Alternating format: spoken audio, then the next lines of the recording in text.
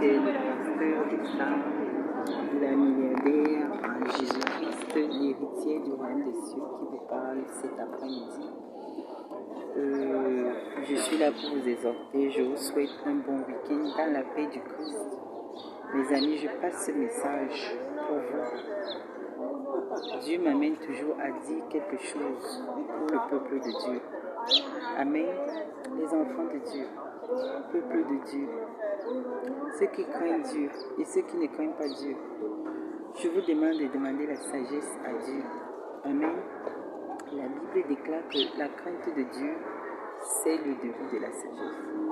Bien aimé, quand je vous parle de sagesse, ce n'est pas parce que j'ai la sagesse dans toutes les dimensions. Ma sagesse évolue au fur et à mesure que je prie et que je demande au Seigneur. Amen.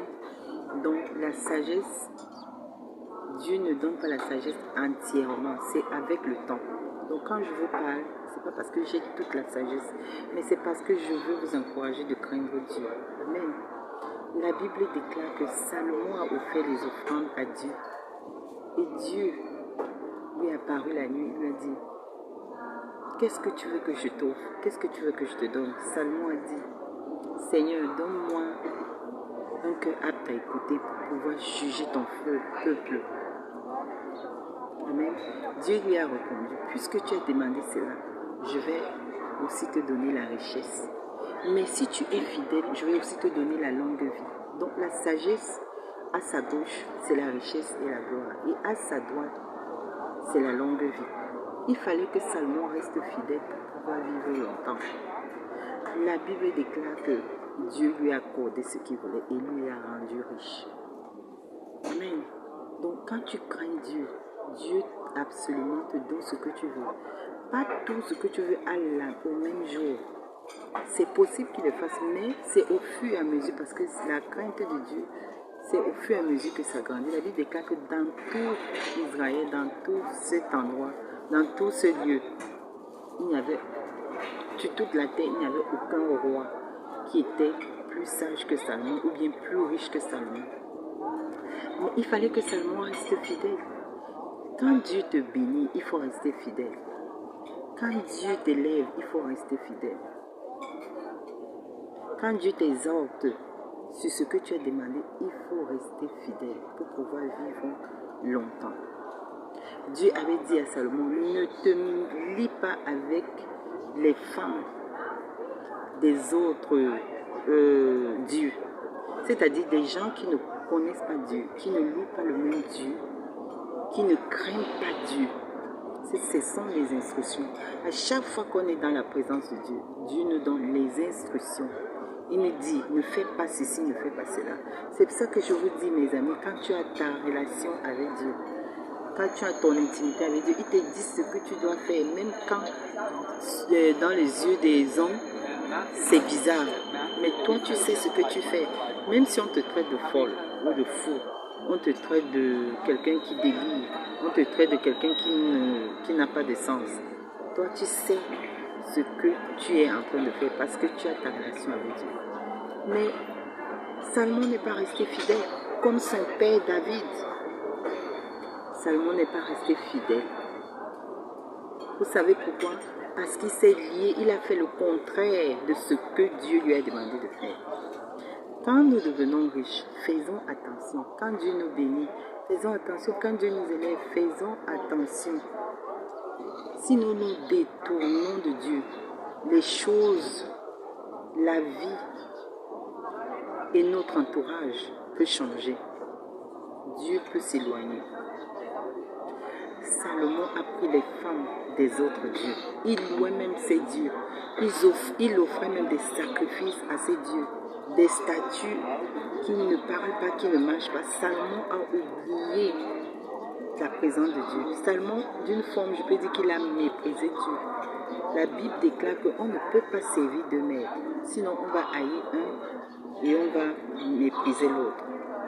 Donc, Salomon a méprisé la présence de Dieu. Il a aimé l'argent. Il déclare que tu ne peux pas aimer maman et Dieu.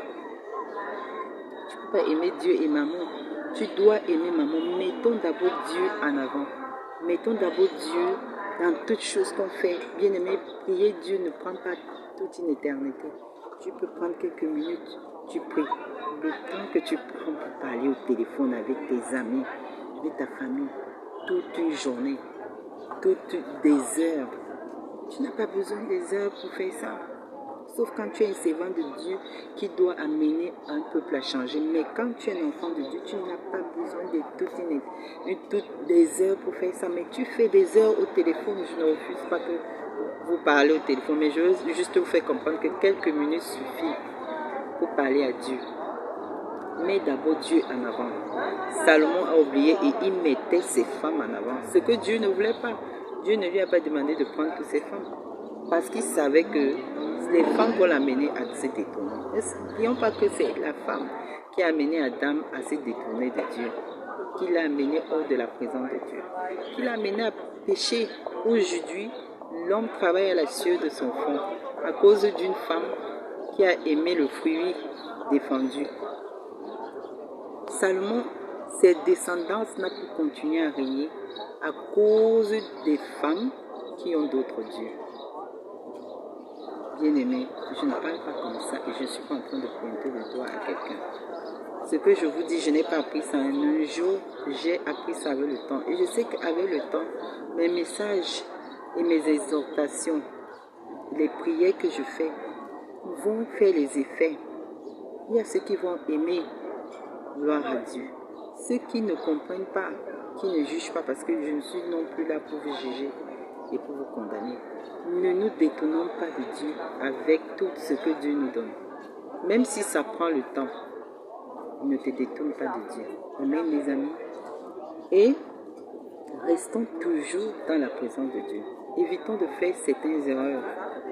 Parce que l'infidélité nous amène à perdre la position, que ce soit spirituelle, que ce soit dans la vie normale que nous vivons tous les jours.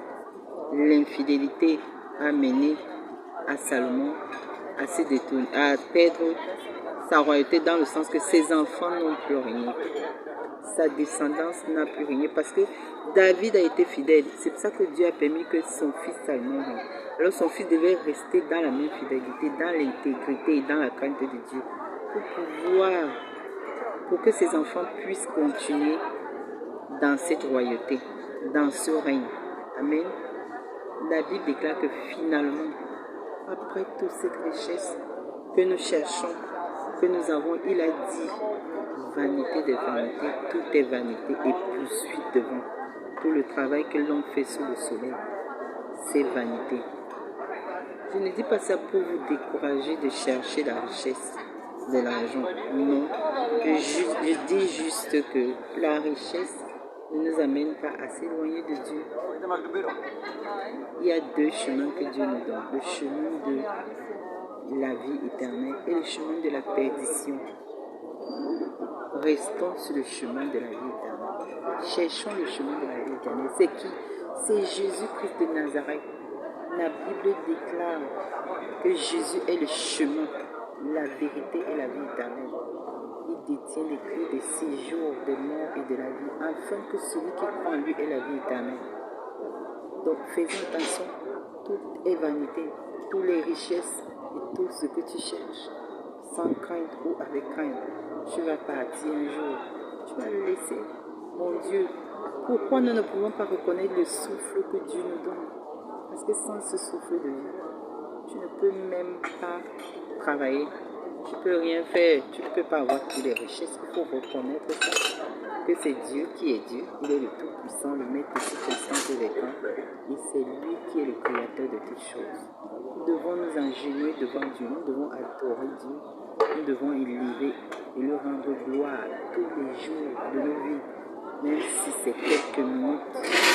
Bien aimés, je vous encourage, je ne vous décourage pas. Je suis là, je suis quelqu'un qui aime encourager. Je ne suis pas trop négatif. Je suis toujours positif. Mais quand les choses ne sont pas aussi bien, je dis ça, mais avec beaucoup d'amour. Amen. Je vous parle avec amour. Je vous parle pour vous arracher. La Bible déclare que Dieu campe autour de tous, l'ange de l'Éternel campe autour de tous ceux qui craignent Dieu pour les arracher du danger. Un homme prudent, c'est un homme averti, pardon, c'est un homme prudent. Il voit le danger en second. Quand tu vois le danger, quelque chose qui veut te détourner de la présence de Dieu, éloigne-toi. Vanité des vanités, tout est vanité. Tu veux être riche, tu veux être multimilliardaire, que ce soit spirituellement ou physiquement. Crains Dieu. Quand tu crains Dieu, vous voyez les pasteurs, il y a des pasteurs qui sont riches parce qu'ils sont des voleurs. Je refuse ça. Ce n'est pas tous les pasteurs qui sont des voleurs. Il y a des pasteurs qui craignent riches et qui craignent Dieu et Dieu les rend riches. Pas parce qu'ils sont des voleurs, mais c'est Dieu qui fait ça. Ils ont des jets privés, des voitures de luxe. Quel est le luxe que tu veux? Quelle richesse que tu veux? Dieu peut te donner. Je déclare que Dieu est un Dieu riche. C'est lui qui a créé toutes choses. Qui peut le combattre? Personne. Qui peut se mettre à son niveau? Personne. Personne ne peut se mettre au niveau de Dieu. Bien-aimé, Jésus a dit maintenant, il n'y a plus que ça. Donc, il y a des gens, à l'époque où nous parlons, qui ne sont plus que Salomon. Mais quand tu as Jésus, tu es plus que Salomon. Parce que l'Esprit de Dieu en toi te rend plus que Salomon. L'époque de Salomon est passée. Nous sommes à l'époque de Jésus. Accepte Jésus comme sauveur et maître dans ta vie. Et il te donnera ce que ton cœur désire. Fais l'Éternel tes délices. Il te donnera ce que ton cœur désire. Pas dans le faux, dans la vérité. Amen. Mes amis, je prie que le Seigneur vous donne l'entendement de ce que je dis. Et je vous encourage, dans le nom de Jésus, de aimer la présence de Dieu et de s'éloigner du mal. Dans le nom de Jésus. Restez dans la présence de Dieu. Restez dans la paix du Christ, le pasteur des stars, la milliardaire en Jésus, l'héritier du royaume des cieux, la descendante d'Abraham, qui vous parle cet après-midi. Ciao.